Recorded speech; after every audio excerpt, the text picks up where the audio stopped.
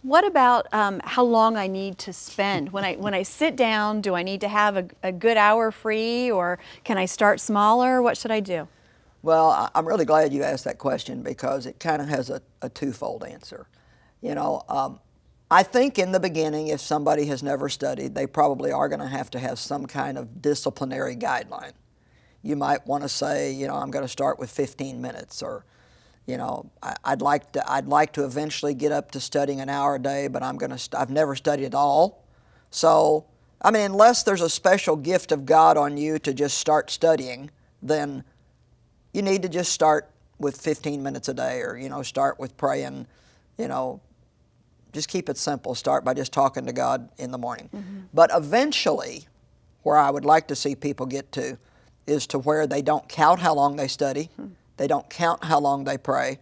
I don't count how long I do anything anymore, because after a number of years I got reprimanded by the Holy Spirit for it, that I don't need to count, because sometimes when we count, well, I studied an hour and I read thus and so many chapters, we can almost get into a prideful where we like to feel good about ourselves, and we can get away from even doing it for the right motivation. Mm-hmm. So yeah. I like to say I study till I'm full. Just like when I sit down to eat a meal, I eat till I'm full. And when I pray till I feel like I'm finished. And when I study, I really don't know how to explain it. I can just tell when I'm finished. And so I don't want to sound overly spiritual. What about you? What do you do?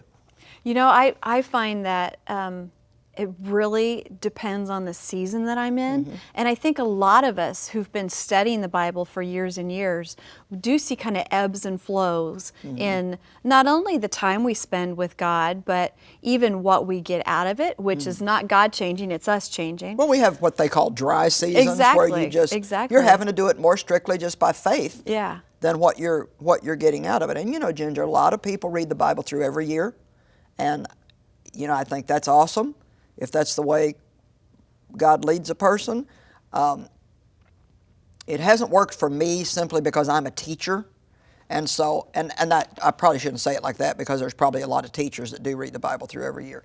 Maybe it's something wrong with me, I don't know. But I get in here and I find, you know, don't be angry, and then I'm like, oh yeah, well how could I teach people not to be angry? So then right away I'm wanting to dig that out, and I'm running all over the place looking up the word anger and reading definitions and making a message, and so I have a little bit of a different situation. Mm-hmm. I just really want to recommend that people find what's good for them. And you know, there's lots of good Bible study courses that will take you through certain chapters every day, and they want you to do a certain amount every day, and I'm not against that at all. Yeah. I think that that's a great place to start, and it may be a great place for some people to finish, but I also want people to know that it doesn't have to be a legalistic bondage where they have to do a certain amount of something every day, otherwise they got to go feel guilty. Right.